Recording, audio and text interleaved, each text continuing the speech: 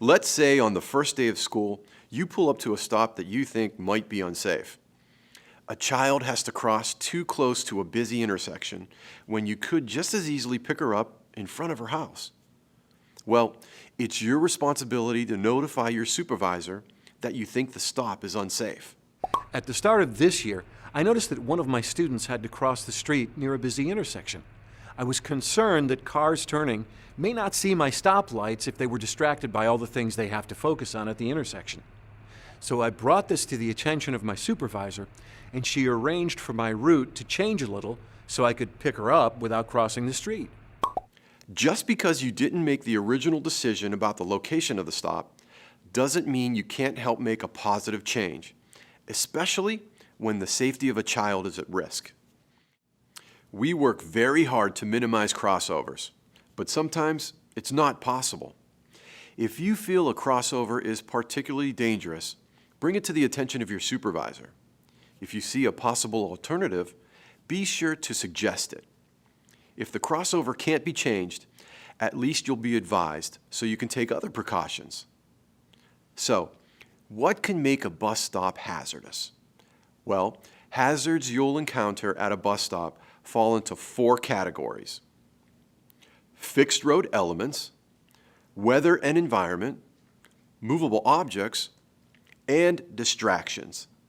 Let's discuss them one at a time. Fixed road elements are any non-movable objects within the immediate surroundings of the bus stop that could create a hazard. This could be buildings, signs, pylons, and even the road itself.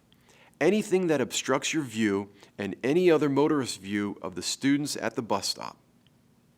For example, is the stop near a railroad crossing? Is it on a 2-lane road, a 4-lane road, a divided highway? Is the stop near a busy intersection? And can it be moved to a safer place?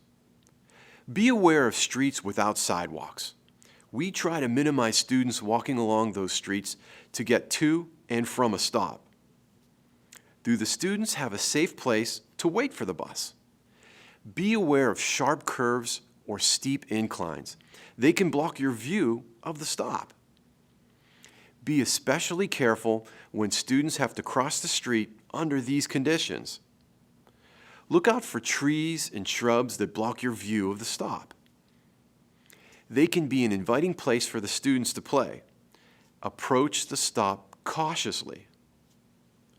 Look out for hazardous road conditions like potholes, cracks in the pavement, uneven sidewalks, or construction. A child could trip and fall in a pothole and wind up under your bus. Fixed road elements may pose other safety issues as well. For example, perhaps there's a permanent set of mailboxes near a stop, which forces the students to wait in the street. In that case, you'll want to notify your supervisor.